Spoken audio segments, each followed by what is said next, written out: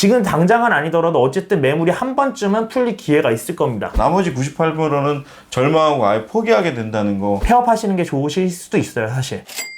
세 번째, 다주택자 단기 거래에 대한 부동산 세제 강화. 이 부분부터가 이제 저희 같은 욕먹고 있는 지금 적폐인 다주택자들에 대한 내용인데, 사실 저는 오늘 촬영을 후레기님이 하자고 하셨을 때 오늘 규제가 나오긴 했던 거 이미 예정이 돼 있었죠. 그래서 어제 저녁쯤에 촬영을 했고 이미 그 촬영 약속을 했고, 대충 어떤 규제가 나올지는 이미 언론에서 너무 많이 보도가 됐었죠. 대략 감을 잡고 있었는데, 제가 오늘 촬영을 하면서 그리고 오늘 아침에 나온 이 규제를 보면서 들었던 생각은, 오늘의 주제는 진짜 저번 촬영 때처럼 투자자들은 이제 사실 제가 뭐라고 말씀드리기 힘들 정도로 많이 막혔어요. 투자자분들한테 더 투자하시라고 말씀은 못 드리겠습니다. 근데 그럼에도 불구하고 많은 분들이 착각하시는 게, 그리고 저희 투자자들이 억울해하는 게, 시장이 올라가는 게 투자자들 때문에 올라가지 않습니다. 물론 저희가 일조하는 부분들이 있습니다. 먼저 상승시키고 그래서 실수요자분들이 뒤늦게 살려고 할 때 비싸게 사야 되고, 이런 부분에 있어서 저희가 악영향을 미치고 있는 거 저는 어느 정도 일부 인정을 하고요. 그렇기 때문에 저는 그 댓글로 저한테 투기꾼의 새끼들이라고 하는 거 저는 사실 상관없어요. 왜냐면 저 투기꾼의 새끼라고 욕 들어도 되고요.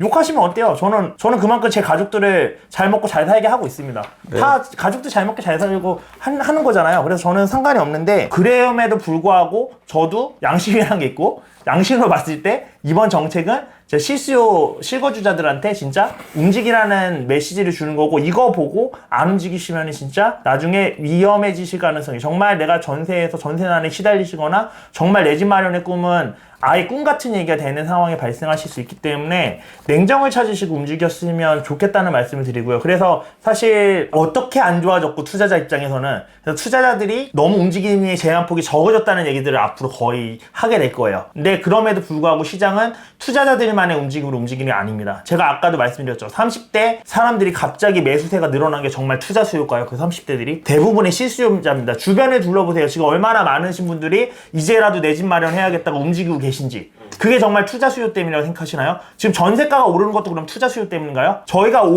전세값을 올린다고 해서 전세값이 올라가나요? 전세가 없으니까 올라가는 거예요. 전세를 찾는 사람은 많은데. 한마디로 그게 곧 공급이 부족하다는 소리입니다. 그러면 투자자가 끼어들지 않더라도 지금 실수요에 의해서 앞으로 오를 시장이고, 이 부분은 제가 휴랭이 TV에서도 여러 번 나와서 앞으로 실수요자가 오르는 시장이 될 거다. 그리고 분명히 그 얘기도 했습니다. 9억 이하의 아파트 구축이 이제 오르는 시기가 될 거라고 제가 올해 전망했을 때도 얘기했어요. 왜냐면 앞으로 공급이 부족해지는데 투자자 입장에서는 대출이 안 나오니까 매력이 없고, 근데 실수요자 입장에서는 이제는 사지 않으면 힘들어지는 시장이기 때문에 실수요자에 의해서 구축까지도 지금 온기가 전해질 거라고 제가 분명 연초에 말씀드렸는데 실제로 그렇게 되고 있죠. 그러면 우리가 빠지더라도 시장은 올라요. 그럼 생각 판단하셔야 됩니다. 실수요자분들 사실지 안 사실지. 일단 저희 투자자 입장에서 이제 좀 속상한 얘기들을 좀 해볼게요, 이제. 첫 번째, 종부세 중과 세율 인상인데. 두 분 다 해당되시죠? 네. 저는 하나는 입주권이니까 별로 해당은 안 될 것 같고, 근데 다만 주거하고 있는 거에서 하나를 사보면 하나만 사게 되는 게 아니고, 2개, 3개, 돈이 있다면, 여유돈이 있다면 3개, 4개 하나씩 늘리다 보니 자기도 모르게 본인도 의도치 않게 지금 3주택 이상이신 분이 꽤 많으실 거예요. 근데 그거에 비해서는 개인의 종부세 중과는 생각했던 것보다 그렇게 세지 않다. 만약에 서울에 똘똘한 거 2채를 가지고 있어서 강남에 20억대를 2개 가지고 있다고 치면 지금 시가 기준으로 23억에서 69억 범위에 들어가는데요. 그러면 당연히 기존보다는 당연히 오르죠. 기존에는 뭐 한 2%대였는 게 3.6%, 거의 1.6%니까 그래도 한 7, 80% 이상 상승된 건 맞습니다. 다만 그 정도의 폭보다 지금 저희가 예상하는 거는 서울이나 수도권의 핵심 입지 다 오르지는 분명히 않을 거예요. 하지만 핵심 입지의 입지가 좋은 곳은, 거기다 신축인 곳은, 아니면 호재가 있는 곳은 가격이 오르는 폭이 1.6% 더 내는 것보다는 분명히 더 많이 오를 겁니다. 이런 분들 계시죠. 뭐 나이 노년 정년 퇴임하셨는데 그냥 어쩌다 보니까 2채가 있었어.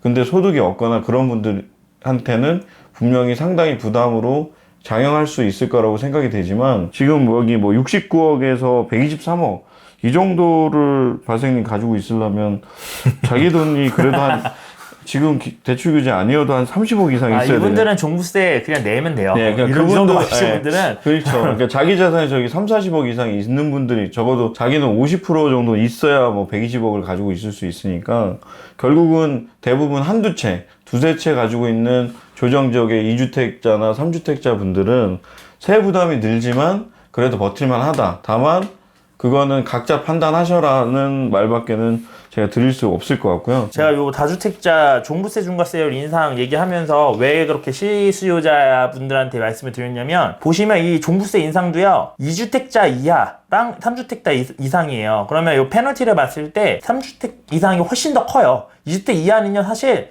페널티 뭐 0.1%, 0.2% 올라가는 거거든요. 1년에 0.1, 0.2% 올라봤자 많아야 100만 원, 200만 원 아니면 몇십만 원 수준이에요. 근데 이것 때문에 겁나서 내 집 마련 안 하시는 그런 쪽으로 가지 마시라는 의미에서 이렇게 강력하게 힘을 실어서 말씀드렸던 거고요. 지금 그러면 왜 또 기회라고 말씀을 드리냐면, 다주택 보유 법인이 최고 세율이 6%입니다 이제.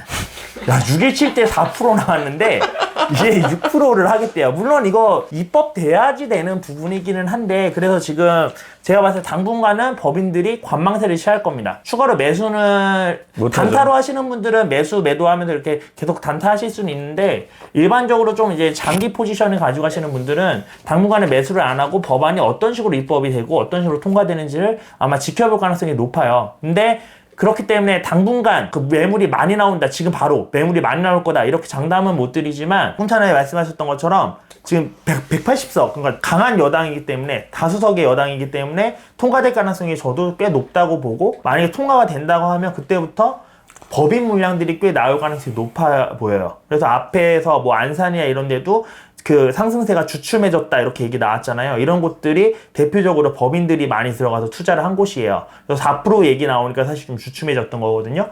근데 6% 얘기 나오면 더 주춤해질 수밖에 없겠죠. 그래서 그런 부분들이 있기 때문에 지금 당장은 아니더라도 어쨌든 매물이 한 번쯤은 풀릴 기회가 있을 겁니다. 그때를 놓치지 않고 잡으셔야 될 수도 있어요. 그때를 좀 타이밍 노려서 내 집 마련을 하는 기회로 삼으셨으면 좋겠다는 거고, 법인 투자를 하시는 이제 다주택자분들, 특히나 제일 안쓰러운 분들이 법인 일단 내셨는데 하나도 안 샀는데 이제 규제 걸리신 분들이에요. 제가 분명, 저는 항상 상담할 때 살 거 정해놓고 계약해놓고 매수자 변경 가능하니까 그 이후에 법인 내라, 법인 내는데 며칠 안 걸린다 라고 말씀을 드렸는데, 강사가 말을 하면 말을 듣지 않는 게 수강생들의 의무죠. 절대 듣지 않으십니다.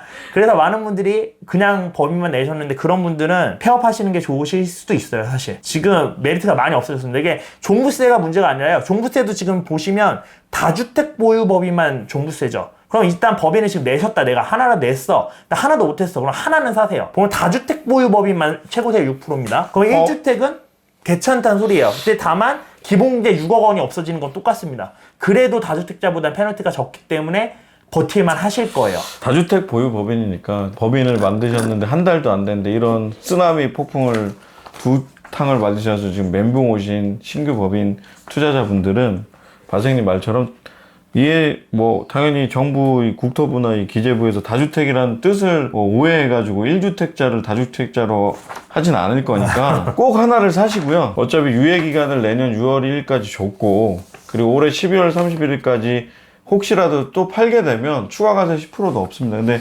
워낙 이 최고세율 종부세 중과 6%가 너무 세다 보니까, 뭐 바생님이랑 아까 잠깐 얘기했지만 10%는 그냥 잊어버리게 되는, 뭐 내년에 10% 더 얻는 것보다 6%가 더 세기 때문에, 그래도 만드셨는데 바생님 말씀처럼 너무 자신이 없다 그러면 젊고 차라리 개인으로 투자하는 게 맞지만, 분명히 법인 만드신 분들은 개인으로도 한두 채 이상이 있는 분들이 규제로 막혔기 때문에 하려고 하셨던 거기 때문에, 그냥 칼을 뺐으면 무라도 써십시오. 쫄아가지고 그냥 폐업하지 말고, 뭐 그게 남자분이든 여자분이든 어떤 투자자시든 투기꾼이 아니란 걸 스스로 증명하시려면, 어떻게 보면 지금이 마지막 기회일 수는 있지만, 단지 아쉬운 건 이제 법인 대출이 6.17 대책이 막혔기 때문에 실투자금이 더 늘어나지만, 정말 마지막 기회라고 생각하시고 똘똘한 거 하나 사셔서 그래도 첫 수익이라도 한번 보시고, 남자라면 여자라면 누구나 투자자라면 왜 남자야? 그냥 남자분도 있으시고 여자 투자자분들이 더 많으시지만 무라도 써십시오. 제가 드릴 위로의 말씀은 그거밖에 없을 것 같고, 여기서 주의하실 건요, 지금 다다음번에 취득세를 보시면 네. 법인이 이제 취득하는 거에 대해서 이제부터 무조건 12%가 되겠어요. 그럼 여기서 중요한 건 이 12%를 언제부터 적용하는 거거든요. 그래서 한 채를 투자하시려고 권장은 드리는데, 혹시 이게 바로 내일부터 적용된다, 왜냐면 이게 벌써 해석이 나왔을 수도 있습니다. 근데 저희가 대책 나오자마자 거의 바로 촬영하는 거라 아직 저는 못 전달 받았어요. 그래서 이 부분에 대해서 좀 확인할 필요가 있겠네. 체크를 하시고 이게 바로 적용되지 않고 유예 기간이 좀 있다. 입법까지 뭐 시간이 있다. 한 채라도 사셔야 이렇다고 하시면 그때는 한 채 정도는 지금 도전하시는 것도 나쁘지 않은 방법이라고 생각을 합니다. 개양아치 새끼들이네 이거. 진짜 이 들이 진짜 그러니까 2주택 8%, 3주택 이상 12%는 개인만 적용이 되는 거고 네. 법인은 그럼 박스를 따로 치던가 왜 깔지? 왜 이렇게 양아치를 해서 꼭 함정을 파요 이 들이. 여러분 속으시면 안 됩니다 투자자들. 가생님 말씀처럼 이렇게 객관적이어야 되는 제가 지금 컴다운이 좀 안 돼서 그런데 말씀하신 그러면 시가 5억짜리면 범인은 6천만 원 6천만 원. 그러니까 뭐 하지 말라는 거예요. 과생님 말씀처럼 이게 확인이 최종적 유예기간을 언제까지 줄지 모르겠지만 제가 보기엔 그 길어봐야 그게 7월 말을 넘기진 않을 것 같고요. 국회 통과가 언제 될지 모르겠지만 얘네들 하는 꼬라지 봐서는 7월 말 전에 통과를 시켜버릴 가능성이 상당히 높습니다. 그래서 어쨌든 하나도 안 사신 법인, 신규 법인들 만든 지 한 달 이내에 멘붕 오신 분들은 지금이라도 빨리 열심히 발품 타시고 만약에 정 도움이 필요하시면 꿈찬남 임장반에 오시면 제가 그런 무주택 법인들은 제가 1순위로 상담을 같이 임장을 가든지 도움 드릴 수 있도록 하겠습니다. 저희가 이렇게 얘기했다고 해서 취득세 결과 나오고 나서 움직이지 마시고요. 일단 사는 지금 걸 준비하셔. 알아보고 그렇죠. 그러고 나서 확인된 다음에 해도 된다 싶으면 그때 바로 사시는 거예요. 모든 투자는 그렇게 하셔야 되시는 거고, 두 번째로 법인으로 주택 이미 많이 가지고 계신 분들, 그분들 중에 이제 종부세 4% 나왔을 때도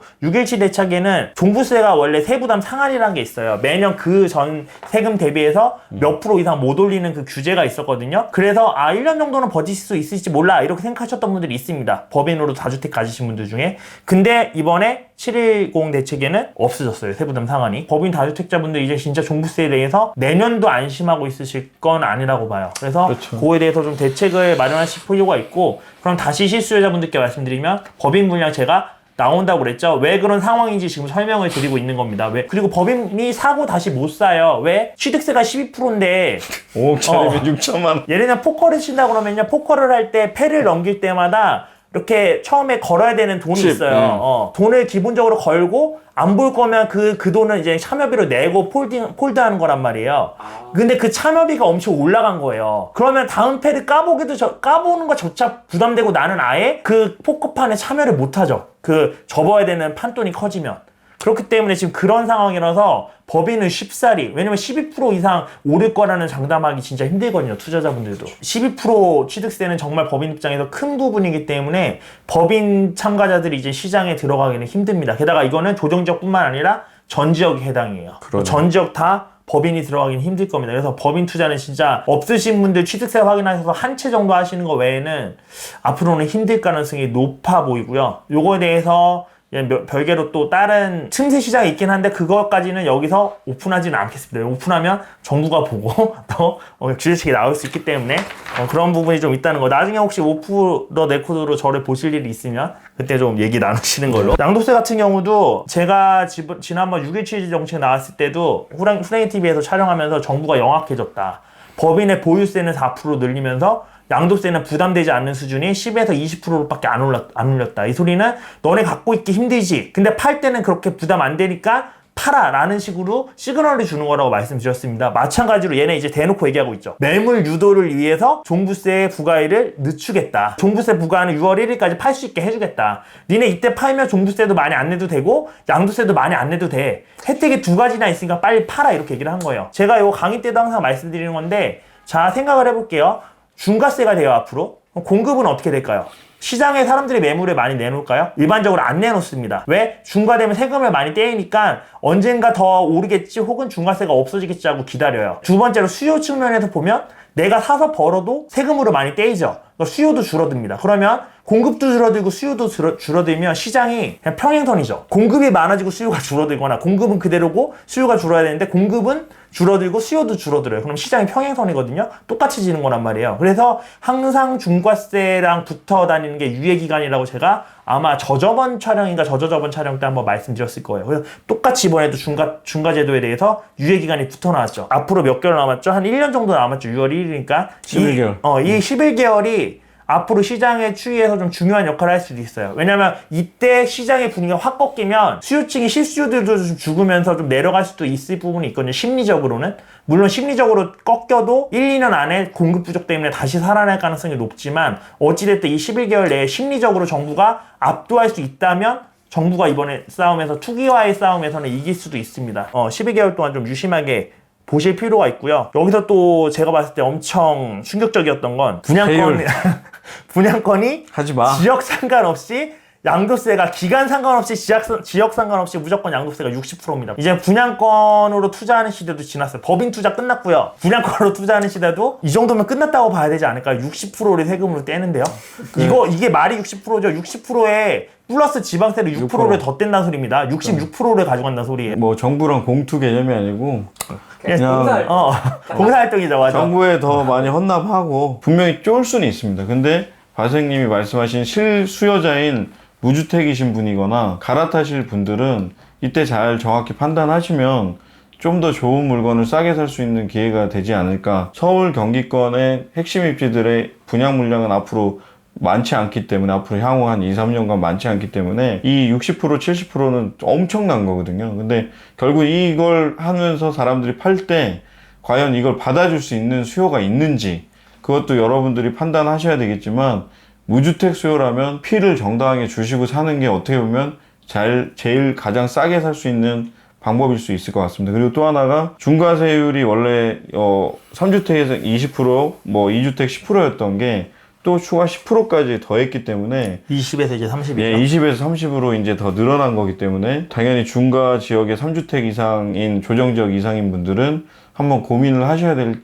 때가 아닌가. 아니면 뭐 임사 묶여놓은 분들은 또 상관이 없지만 그건 또 다시 말을 하겠지만 결국은 양도세 부담이 크다고 해서 물량이 많이 나오지는 않을 거다. 근데 바람의 색상님 말씀처럼 개인이나 법인의 다주택자들이 일부 분양이 나올 때 그 물량을 잘 받는 것도 무주택자들한테는 기회일 수 있습니다. 그게 떨어질 때 여러분 사는 게 어려워요. 떨어질 때 산다는 게 뭐냐면 수요가 없어서 매물은 많은데 살 사람이 없으니까 가격은 내려가는 것 같거든요. 그러니까 어느 한 사람이 1억짜리를 8천, 9천에 사는 순간 그 다음 사람은 무서워서 못 산다는 겁니다. 다주택자나 법인 분들 같은 경우는 각자 도생하셔야 될 것 같습니다. 뭐 더 드릴 말씀이 없네요. 그리고 법인 투자자 같은 분들 아니면 개인 다주택자분들 이제 매물 던질 때 요것도 지난 후랭이 TV 때 말씀드렸지만 지금 눈치 게임 잘 하셔야 돼요. 왜냐면 내가 종부세를 낼 여력이 안 된다. 진짜 나는 투자 시작한 지 얼마 안 됐는데 내 영혼을 다 털어서 법인으로 다 투자했어. 그러면 지금 여유자가 없으신 분들이 생각보다 많으실 수 있거든요. 그럼 그런 분들 종부세 감당이 안 되시잖아요. 뭘 팔아야 된단 말이에요. 눈치 게임 잘못해서 100만 원, 200만 원 뭐 이거 아까워서 안 깎아주고 안 팔다가 진짜 못 파는 수가 있습니다. 법인 물량 쏟아져 나오기 시작하면. 그래서 그런 거 눈치 게임 잘 하셔서 매도 전략 좀 잘 세우시는 쪽으로 가실 필요가 있고요.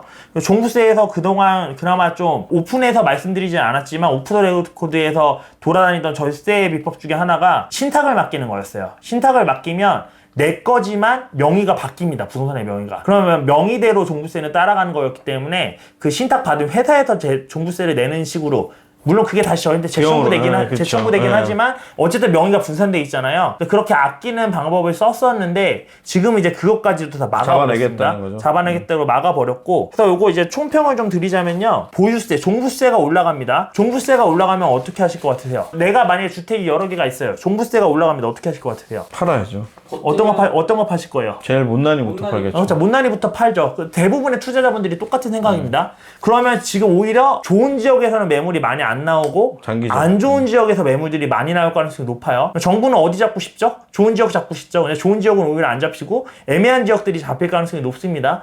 그럴 가능성이 높기 때문에 일단 시장 흐름은 그런 쪽으로 흘러갈 가능성이 있다는 거고요. 그러면 좋은 지역이 아니더라도 저희 지금 신축이 인기가 높죠. 신축을 살려면 분양 당첨되거나 청약 당첨되거나 분양권을 사거나 아니면 재건축 재개발 들어가서 기다리거나 요 방법들밖에 없는데 자 분양권 지금 양도세 60% 70%예요. 여러분들 같으면 파시겠나요? 안 팔 것 같아요. 저라면 안 팝니다. 그러면 분양권 물량 앞으로 더 줄겠죠. 안 그래도 8월 지나면은 그 이후에 분양하는 것들은 전매 불가능하거든요. 전국적으로. 근데 그 전에 분양한 것들은 전매 가능하게 해준다고 했는데 그것마저도 사람들이 이제 안 팔 겁니다. 그러면 정말 급하시다면 8월 전에 분양권을 피주고 사시는 것도 한 가지 방법이네요. 방법이 되실 수도 있습니다. 이거 되게 중요한 거예요. 이거 넘어가서 6월 1일 이후에 이제 70% 60% 걸려버리죠? 저도 안 팔아요. 제가 지금 분양권 안 팔 겁니다. 그러면 신축을 입주할 수 있는 방법이 이제는 청약. 제가 앞으로 분양 많이 없다고 그랬죠? 기존의 분양권 못 사죠? 왜냐면 사람들이 내놔야지 사는데 그런 방법 없죠? 그래서 재건축 재개발 지금 진행이 잘 안 되고 있죠? 그러니까 방법이 없기 때문에 만약에 내 신축을 원한다면 8월 전까지 일단 한번 움직이시고 8월 지나더라도 이제는 8월 전에 분양한 것들에 대해서 6월 1일까지는 양도세 중과가 아직 유예되니까 그 사이에 매물을 잡으실 수 있으면 잡으시는 것도 한 가지 방법이 될 수 있고 요거 아마 저뿐만 아니라 다른 분들도 다 생각하실 거예요. 그럼 그런 것들에 대한 프리미엄이 더 붙을 수도 있을 부분도 있습니다. 그래서 맞습니다. 그런 것들 그리고 좀 뭐 분양권에 대해서 하나 더 얘기를 하자면 결국은 8월이 지나면 뭐 무한으로 지금 된다고 하는 것도 어떻게 지금 나중에 바뀔지 모르겠지만 물량이 완전 잠겨버리기 때문에 조정지역이든 투기가을지역이든 내가 실수요자라면 휘를 주고 사지 않으시면 더 물량이 잠기고 그게 입주 시점에는 여러분 아시겠지만 신축의 수요가 많기 때문에 가격은 올라갈 수밖에 없습니다. 그래서 망설이지 마시고 마음에 드는 분양권 지금부터 빨리 공부하셔가지고 그 마지막 기간 동안 무주택자분들은 빨리 분양권이든 입주권이든 사는 것도 방법일 것 같고 비규제 지역에 지금 분양권들 바생님 말씀하신 것처럼 현재는 무한 거래가 되지만 이제 8월 이후부터는 거의 대부분이 잠기기 때문에 서울 수도권에 다 사시는 거 아니잖아요. 뭐 부산에도 살고 울산, 창원 사시면 거기에 분양권 6개월 기간 풀려서 합법적으로 살 수 있는 게 있으시면 제발 서울만 뭐 무주택자분들 서울 투자하라고 해도 못 하실 거 아니에요. 그러면 제발 그런 분들 좀 사셔가지고 정부말처럼 무주택 탈피해보시면 저희 투자자들 마음을 조금은 우리 편 만드는 겁니까? 저희 편으로 지금 제가 꼬시고 있는 겁니다. 저희 편으로 커먼 들어오시면 분명히 이 정부가 지금 잘못된 정책을 펴서 집값을 잡는 게 아니라 서민을 더 힘들게 하고 있는 정책이란 거. 로또 분양이나 로또 정책을 쓰면 그 상위 1%, 2%는 열광할지 모르겠지만 나머지 98%는 절망하고 아예 포기하게 된다는 거 잊지 않으셨으면 좋겠고